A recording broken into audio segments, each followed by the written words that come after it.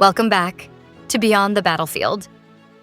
In our last conversation, Krishna gave us a bold warning in verse 9 of chapter 3. Any action done for selfish gain binds, but action done as yajna, as offering, liberates. That teaching opened a door, because it asked us to reframe life itself, not as consumption, not as escape, but as yajna. Today, Krishna goes deeper. In verse 10, he reminds Arjuna and us that yajna is not a new idea. It is not a strategy Krishna invented for a battlefield. It is written into the very design of existence. Krishna says, At the beginning of creation, Prajapati, the creator, brought forth living beings along with Yajna. And he declared, By this shall you prosper, and this Yajna shall be like the wish-fulfilling cow of your desires. It's such a poetic image. Life itself is designed as yajna. Prosperity flows not from grasping, but from participating. a wish-fulfilling cow. That sounds like a myth. Almost like a genie from a lamp. Yes, in the Vedic tradition, it's called Kamaden. You simply ask and the cow gives. But here, Krishna flips the metaphor. It is Yajna itself that is your Kamadenu. When you live in alignment with sacrifice, the universe becomes abundant. When you live outside of Yajna, even what you hold slips away. So Yajna is not just ritual, not just fire offerings. It's more like a principle of mutuality. Exactly. Think of the hand. It receives blood and oxygen from the body. In return, it works for the body, holding, protecting, serving. If the hand said, "This is a burden, I want independence," and tried to separate itself, it would not survive even for a few minutes. The hand's self-interest is fulfilled precisely through yajna. We are like that hand, tiny parts of the greater whole. Call it the supreme soul, call it nature, call it society. When we contribute to the whole, our needs are naturally fulfilled. When we break away, we starve. The Creator stitched yajna into the fabric of existence. Nothing exists in isolation.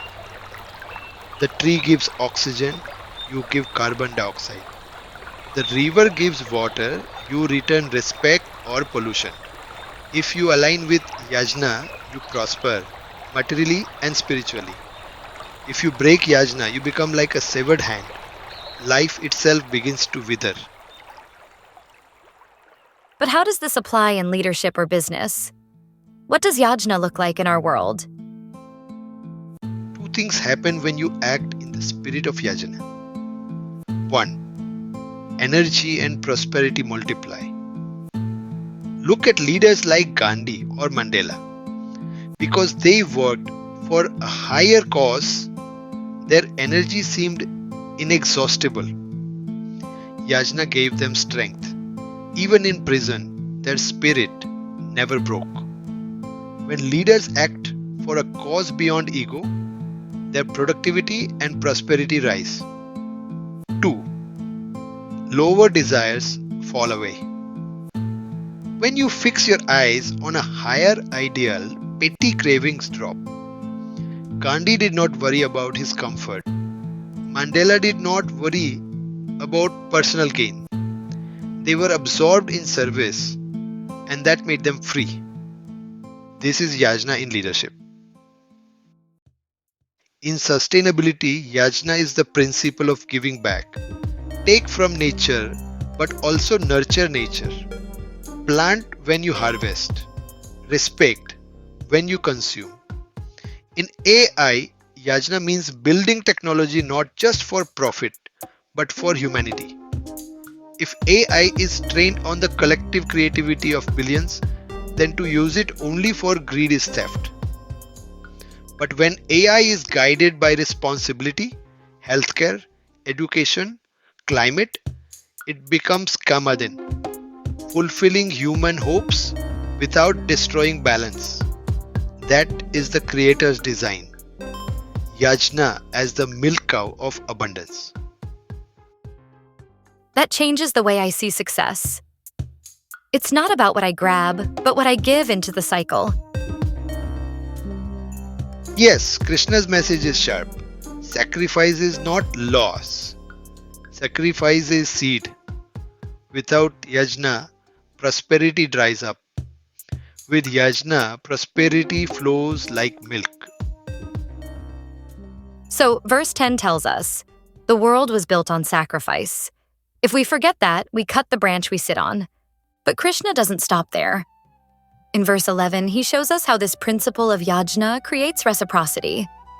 How when we nourish the forces of life, they nourish us. Now, in verse 11, he takes this further. He says, Nourish the devas, the gods, the forces of life, and they will nourish you. By supporting one another, we attain the highest good. Yes, here, Krishna introduces the principle of reciprocity. The Devas don't think of them only as mythological gods in the sky. Devas are the forces that sustain us. Rain, wind, crops, minerals, fertility, even the inner gods of wisdom, creativity, wealth. The idea is simple. If you nourish these forces with gratitude, responsibility, yajna, they will nourish you back. But if you exploit them, ignore them, or consume without giving back, the cycle breaks. but Anchor, what about the many gods? Lakshmi, Saraswati, Indra, Ganesha. Isn't this polytheism? That's where the sages were so wise. They realized most people cannot think of God in abstract terms, so they created symbols. A student opens his book and bows to Saraswati, not because there is a goddess with a veena in the sky, but because the ritual connects his study with the divine. A shopkeeper begins the day with Lakshmi, not because coins literally fall from her hands, but because wealth becomes sacred when linked to her. A farmer prays to Indra for rain, not to control the clouds magically, but to remember rain is not just a resource, it is a blessing. These gods are like flags. When you salute the flag, you salute the nation. When you worship Lakshmi, you are saluting the principle of wealth in the cosmic order. So Krishna's teaching is symbolic. If you honor these principles, they honor you back. That sounds very modern, actually. Like teamwork, where everyone contributes and everyone benefits. Exactly. Leaders succeed when they nourish their people, and the people in turn nourish the leader's vision. It's reciprocity. Sustainability is also yajna. If we care for soil, rivers, air, they feed us for generations. If we exploit them, they collapse. Climate change is nothing but a broken yajna, and in AI the same principle applies. AI is trained on human creativity. Billions of texts, art, music. If corporations take this knowledge and only exploit it for profit, they are thieves.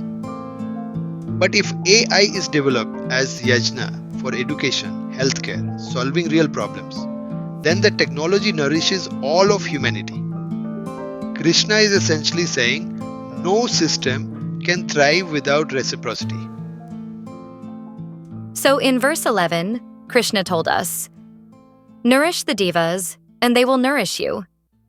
A beautiful image of reciprocity. But now, in verse 12, his tone sharpens. He says, Those who take what the devas give without offering in return are thieves. that's strong language. Yes, very strong. Krishna doesn't call them forgetful or careless, he calls them thieves. Because this whole world is a house built by God. The devas, the forces of rain, wind, soil, knowledge are like administrators of that house. If you walk into someone's home, sit on their sofa, eat from their fridge, use their restroom, and never acknowledge the owner, you may feel innocent. But in the eyes of the law, you are a thief. Krishna says the same about life.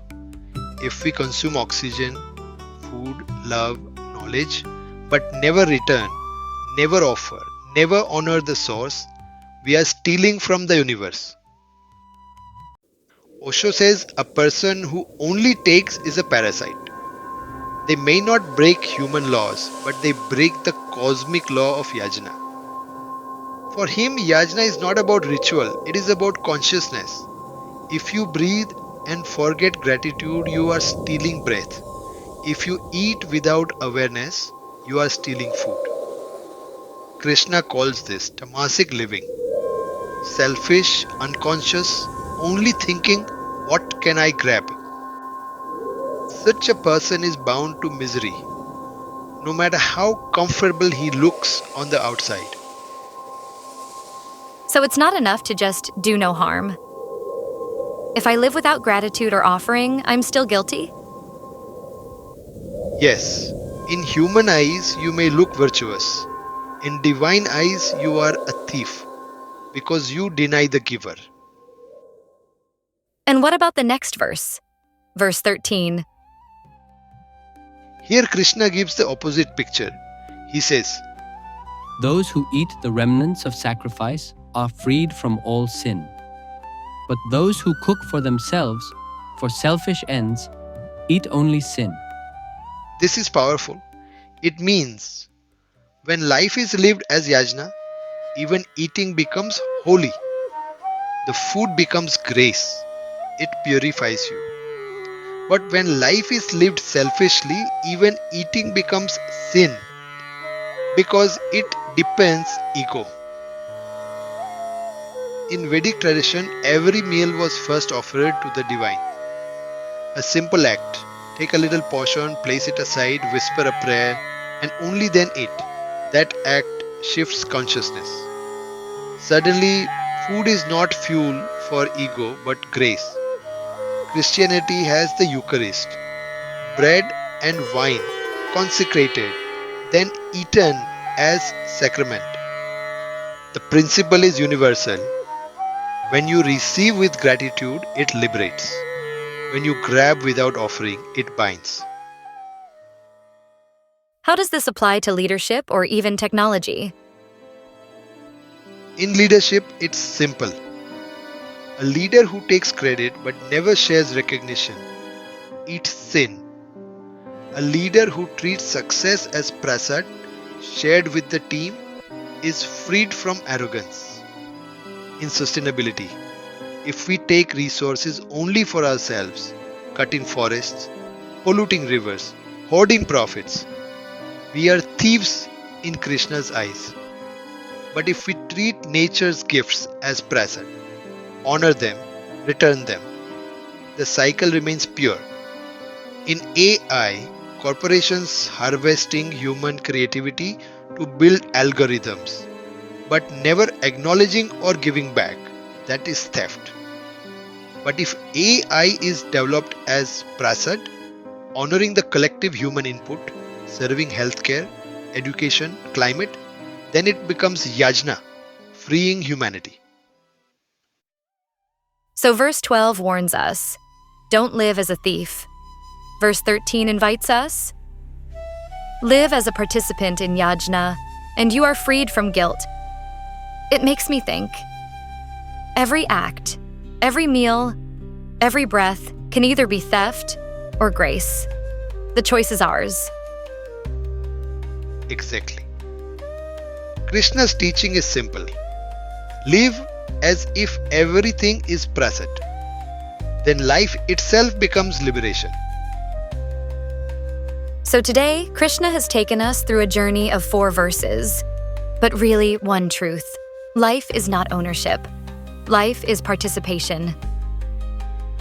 The whole universe is a Yajna. Stars burn for billions of years. Trees give shade without asking. Rivers flow without demanding. To live in harmony with this yajna is dharma. To live outside it is adharma. This is not only spiritual, it is profoundly practical. A leader who forgets reciprocity becomes a tyrant. A company that only takes becomes a parasite. An AI system built only for profit becomes dangerous. But when leadership, business, and technology are guided by yajna, by offering, by reciprocity, by service, they become kamadhenu, the wish-fulfilling cow that sustains abundance for all. So maybe the question we leave with is this. In our daily lives, in our eating, in our working, in our leading, are we living as thieves or as participants in yajna? Are we consuming or are we consecrating? Because Krishna is telling us every act can be theft or it can be prasad. The choice is ours. Thank you for walking with us through these powerful verses of Chapter 3. If this conversation touched you, share it with someone who might need this reminder that success is not in grabbing, but in giving, not in isolation, but in yajna. And don't forget to like, follow, and subscribe to Beyond the Battlefield so you never miss an episode. And if you'd like to go deeper, check out the link in the description, where you can explore the verses, reflections, and even interact with our GPT guide to continue learning. Next time, we'll continue deeper into Krishna's wisdom and discover how action, sacrifice, and clarity shape the path of true leadership in the modern world. Until then, live every moment as yajna. Live every breath as prasad. See you in the next episode.